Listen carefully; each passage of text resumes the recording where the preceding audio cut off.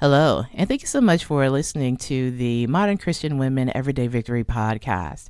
You can find us on our website at www.mcwwisdom.com. We are also very active on Instagram, MCW Wisdom on Instagram. So join the conversation there. And you also want to take a look at the rest of our social media links, again, on our website, www.mcwwisdom.com.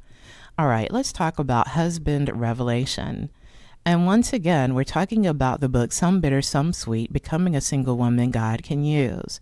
This is actually chapter 5 from that book called Husband Revelation. You can get the ordering information from our website, www.mcwwisdom.com. It is available in print on Amazon and on Kindle. Okay, do you know what a husband is supposed to do? If you have been praying to get married, have you actually considered that question? What are husbands supposed to do? After writing the marriage prayer that I talked about in the last message, I soon realized that I had prayed for a husband, but not to become a wife. And remember, I warned you about praying for a husband in the last message. A male friend once asked me, "Are you prepared to support a man spiritually, physically, and emotionally?" That question gave me pause for thought. Was I asked myself. Me, a woman who had declared that caring for a pet was too similar to caring for a child. In order to release my idealized view of marriage and consider the realities of such a relationship, I began to think of some of my friends' marriages. That will be a reality check for you. A lot of people in marriages are dealing with illness, serious illness. What happens when your spouse gets seriously ill and has to remain in the hospital, cannot work for days and weeks and months on end, and you have to become the caretaker? What happens if it's you that needs to be taken care of and you are relying on your spouse to take care of you in a lot of ways? So a lot of situations occur in marriages, and that's what happened to a lot of friends of mine. Interestingly enough, some of the people I mentioned, one couple is still married. They really stuck it through and got through their hard times, and I saw on Facebook they are in Maui. They are in Hawaii living it up. That was the couple that got married right out of college. They got pregnant, and the child was born with special needs. So that child did survive. He still has autism, still has special needs, but they have been able to stay together and just recover. They had 2 other children, and they are doing well. But pain, a lot of sacrifice, a lot of praying, just a lot of persistence. It took everything in them to build this family, but I'm so happy for them that they have a daughter who is in college, a son who is about to graduate. So they really just gave it to God, and they were able to just maintain their marriage despite all of their obstacles. A couple other friends didn't make it. Their marriages did not make it. But you have to consider your readiness and your preparation for handling what life will throw at you. And can you keep your balance? Can you maintain the marriage yourself, your relationship, your spouse, your children, as you are having to overcome those obstacles in your marriage? When I further examined myself, I found out that I had not been entirely clear on what having a husband entailed.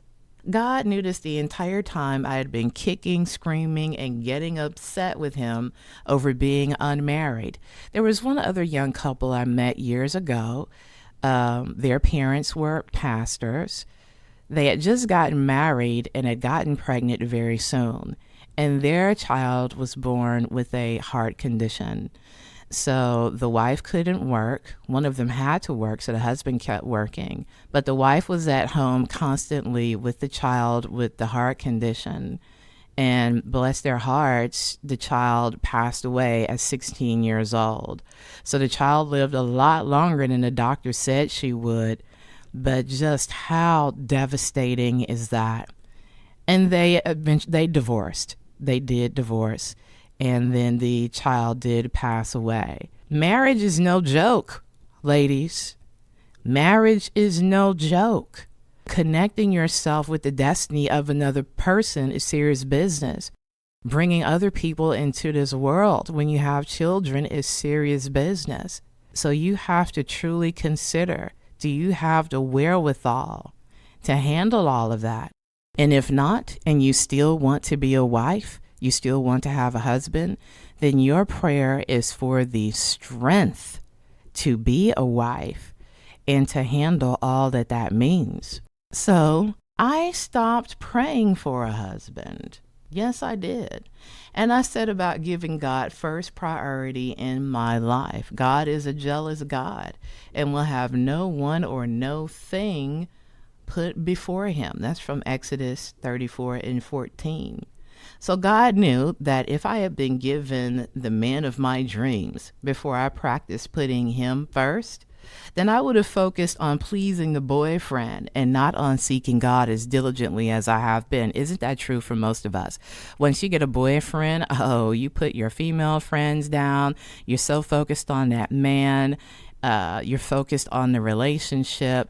And so a lot of times, maybe your church attendance does slip.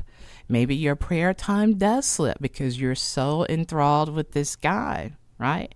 So you have to be able to still put God first as you are dating, as you are seeking a mate, and as you are praying for your very own husband. You still have to be able to keep God first and keep your priorities straight. So we talk about that in the book. Once again, I'm talking about set your affections on things above, becoming a single woman God can use. Just head to our website, mcwwisdom.com. That's www.mcwwisdom.com. Click books. It'll lead you right to the ordering information. It is available on Amazon in print and on Kindle.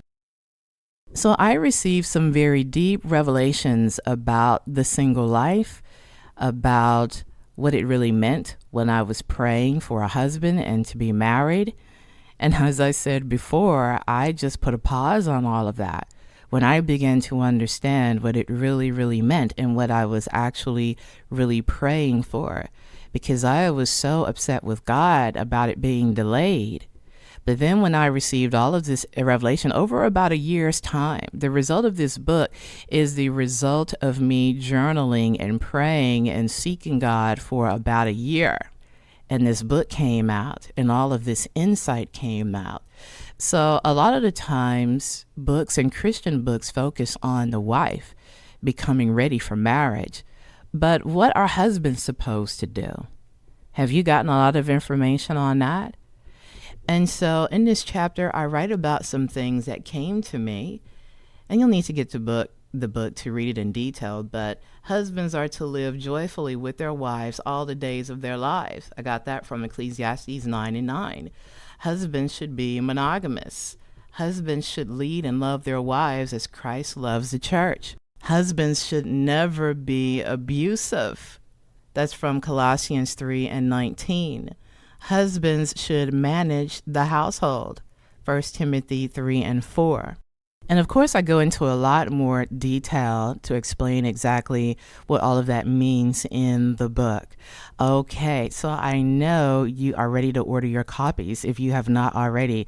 This is a great book for a book club or for a Bible study, or just to get some of your coworkers together and start a session, a Bible study session where you all just get together and work through this book, because it is filled with so many scriptures and prayers. And it will just be so helpful to you to finally get clear on how you feel about your dating life, a lot of past hurts and pains and traumas that you might have experienced during casual dating and casual sexual relationships. All right, let's just be real about it. It'll help you to get closer to God, develop more intimacy with God, and for you to get healed of a lot of those things. Because as we mentioned before, you want to at least get rid of about 65% of your junk, your emotional junk and emotional issues before you enter into a relationship that could lead to marriage. And that is completely possible with the help of the Holy Spirit. So that's what this book does. It jumpstarts you. into intimacy with God, and it shortcuts a lot of misery for you. All right. So if you're feeling like, I just need to stop dating for a while, she is so right. I just need to stop for a minute, then this book is for you. Again, head to our website, mcwwisdom.com, click books for ordering information. The book is called Some Bitter, Some Sweet, Becoming a Single Woman God Can Use, because that is the path of it. You have your highs, you have your lows. Living the Christian lifestyle is full of bitter and full of sweet, but it is much better than what you can do on your own. Okay, thank you so much for listening. If you have enjoyed this message, please share it, like it, and share it. We appreciate that. Again, may God bless you and keep you. Love, peace, and blessings to you.